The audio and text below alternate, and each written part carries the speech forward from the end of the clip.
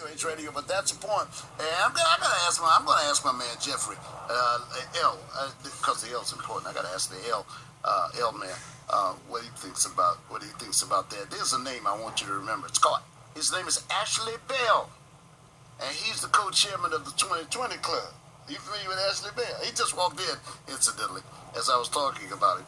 I told the audience, I gotta find out what you think about this group who have been formed as an alternative to Black Lives Matter.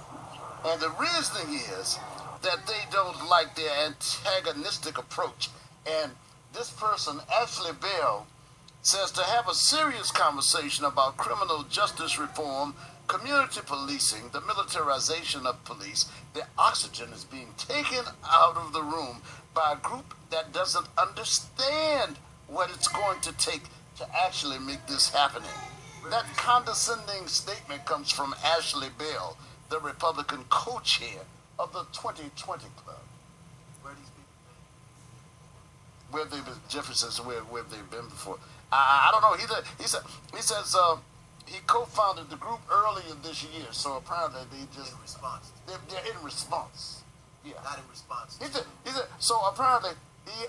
Not an original response, a reactionary response, right? Because this is, because I'm translating English to English. Not in response to these issues that they're addressing, but in response to Black Lives Matter. Yeah, in response to Black Lives Matter. Yeah, so where were they not before? Not to the atrocities. If these things were so important to them prior to Black Lives Matter, then why didn't they start it then? Why did they start it in response to a movement that was created to address the issues of police brutality, period?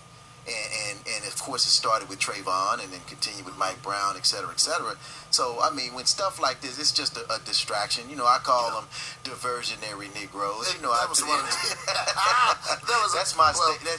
I call them. Yeah. Blinded by misdirection. They always want to throw stuff against the wall hoping it sticks. Yes, indeed. Well, but I've done enough for one day because if I've done nothing else this morning, I got you on their case now. So you better watch out. Hey, they're in big trouble. You guys have really done it now, Ashley Bell. Oh, I'm telling you, with your diversionary tactics. But diversionary Negroes, man, never ceases to amaze me. Yeah.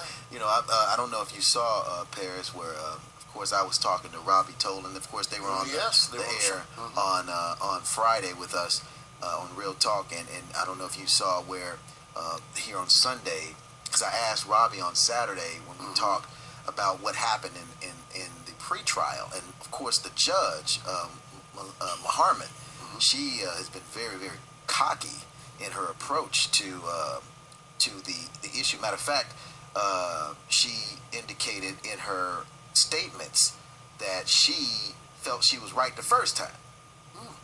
You know, I don't care what the Supreme Court said. I felt like I was right the first time. So on the trial was scheduled to begin on Tuesday morning, but Robbie and his team have called for U.S. District Judge Melinda Harmon to recuse herself from the case because of, quote, seeming bias and prejudice, unquote, in comments that she made during the pretrial hearing last Friday.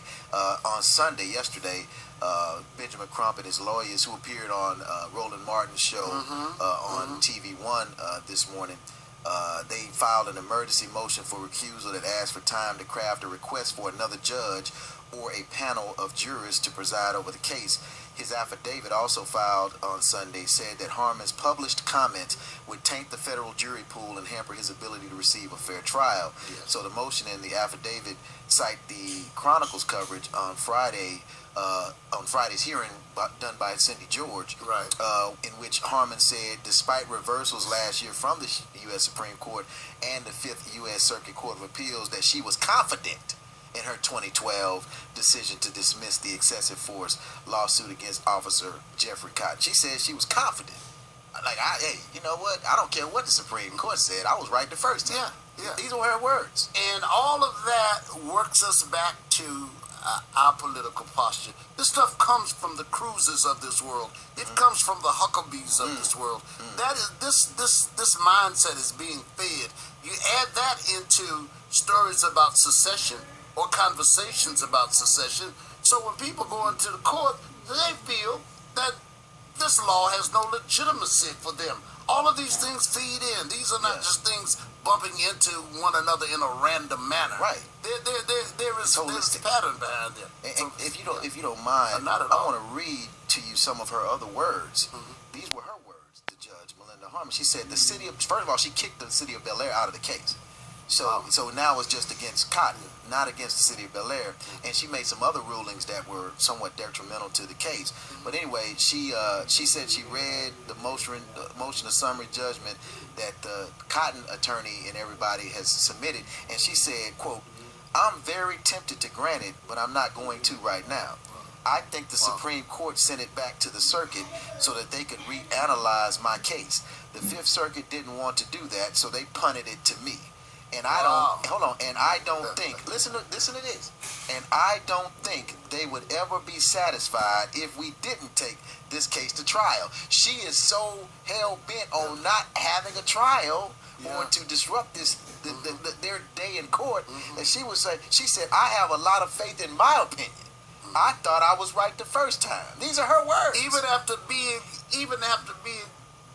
ruled. Right. Even after the Supreme Court, the highest court in the land, Supreme Law of the land, says that no, you weren't right. Yeah. So you need to relook at this case and give both sides the opportunity to share their. You can't grant just qualified immunity to Cotton and not give an opportunity for the plaintiff. I mean, to have Robbie Tolan and his people present their case. Anywho, it's interesting, man. He asked her to recuse herself. It's a big deal. It's in the Chronicle this morning, if you are a Chronicle reader.